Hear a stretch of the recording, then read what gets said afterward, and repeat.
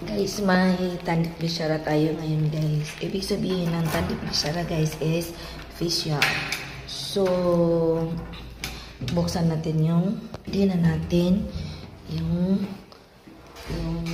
ano guys, kakailanganin dito guys. Yan, dito tayo ngayon. At gagamit tayo ng machine. Kasi, naglilinis na tayo. Hadi lang naman, ordinary ano.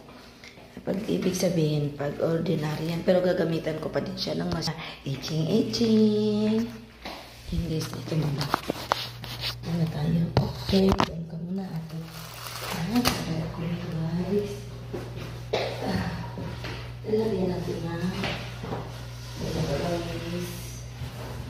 Guys.